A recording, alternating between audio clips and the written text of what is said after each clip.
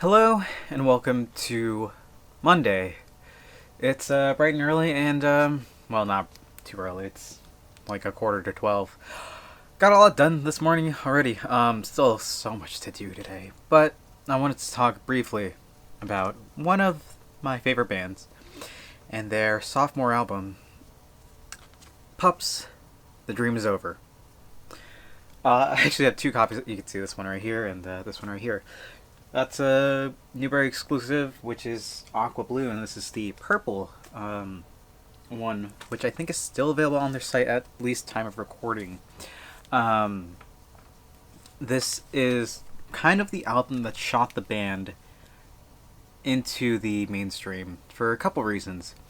Um, Initially, the band was, just four guys touring around the country, U.S. and Canada, I believe, and they played 250 plus shows when they were doing their um, debut album, self-titled "PUP," and for whatever reason, they wanted to do 200, and they did 250. Insane. Which kind of leads into the first song on this record. If this tour doesn't kill you, I will. That tour did not kill them. So, it's four.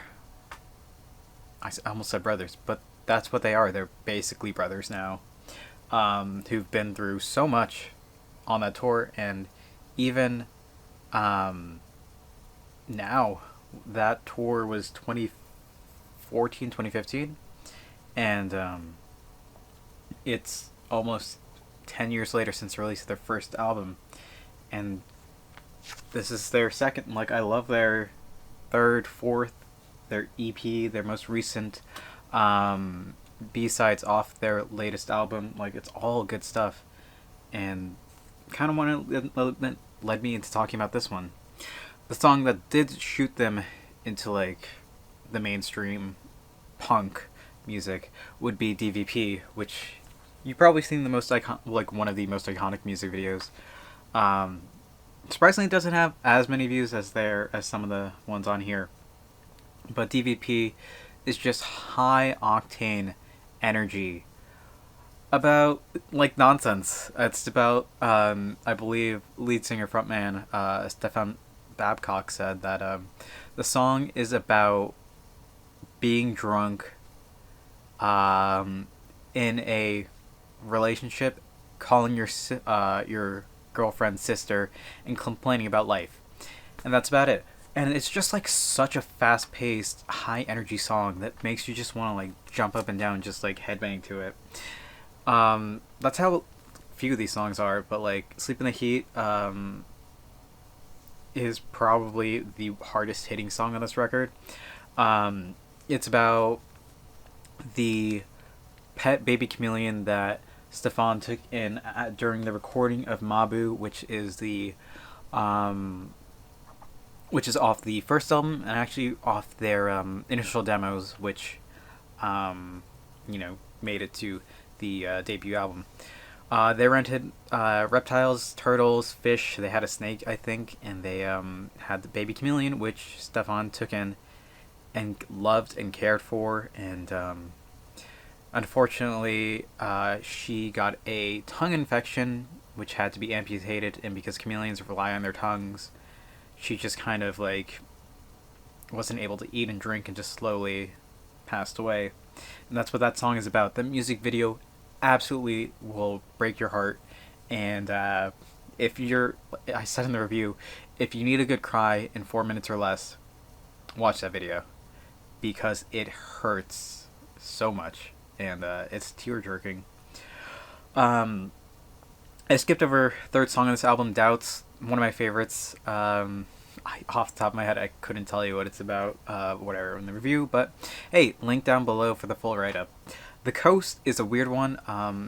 I thought it was about just like a news story about a girl who was ice fishing on a lake, got swallowed up by the ice, and her body was only found in the summer after it thawed and the ice melted, which it kind of is, but it's actually the idea was inspired by a children's novel that Stefan's parents read him as a child, which involved Inuit, like an Inuit sea troll, which has an unpronounceable name.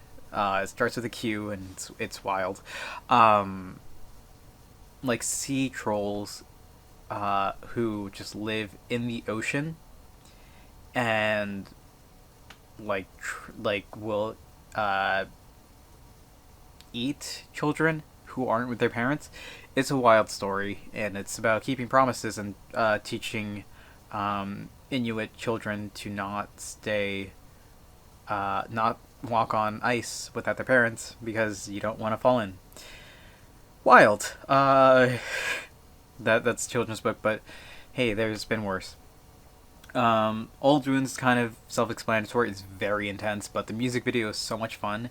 It's a video game, and I advise you take a play at it. My Life is Over, and I couldn't be happier.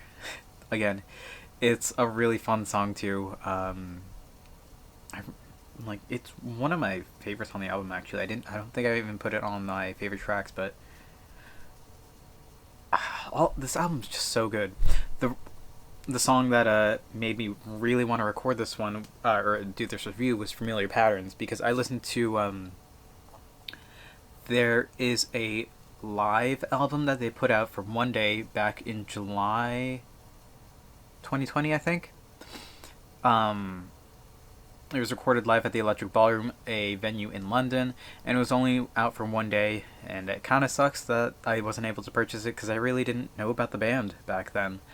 But I picked it up, and here we are.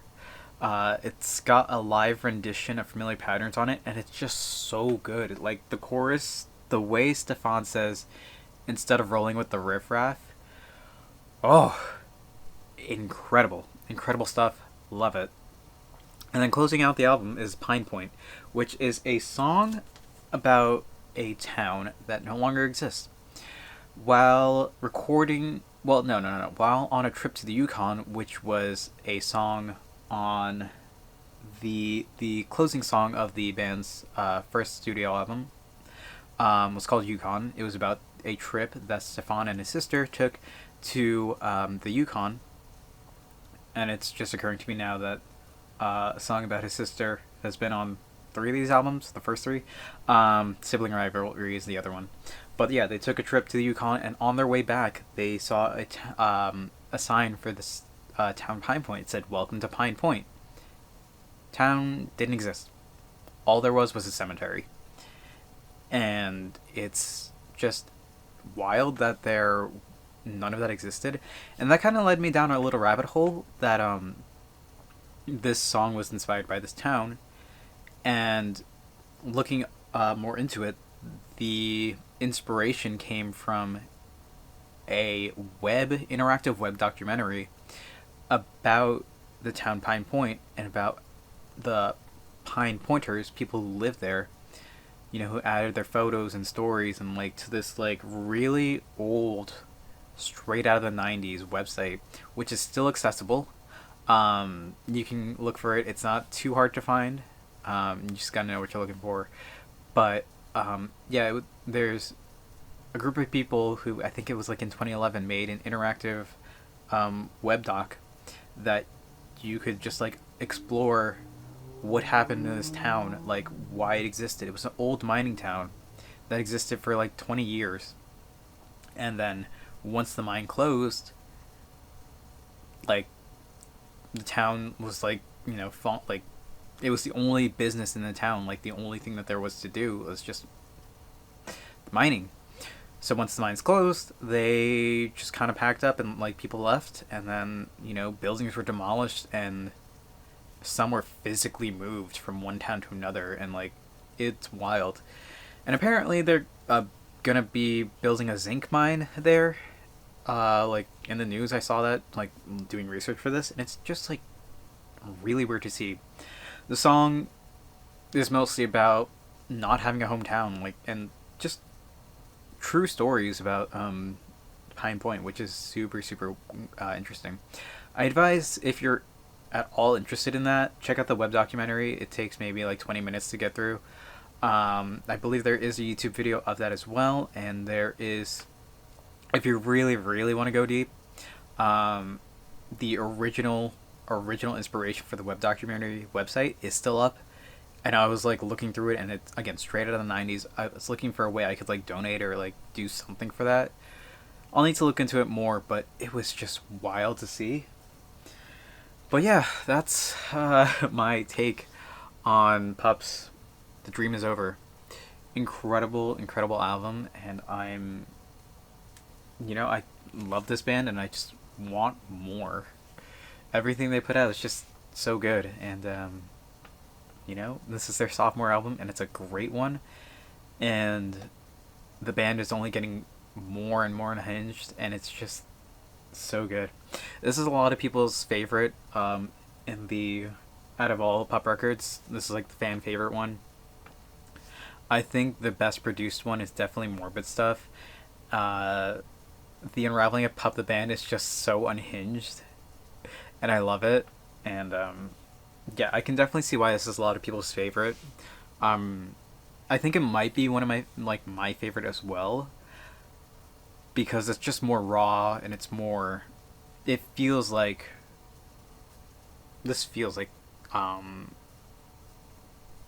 the essential PUP record. They were in their infancy with their self-titled. It was so good, but they really came into their own here, and Morbid Stuff only built on that, and it's like the production value it feels greater. It feels like they were able to produce the record that they wanted. Same with the Unraveling, but like I feel like this one of their it's hard to rank it. they're just a good band, and I really love the music. But yeah, that's about it for today. So thank you all for watching. I hope to see you tomorrow, and until then, later.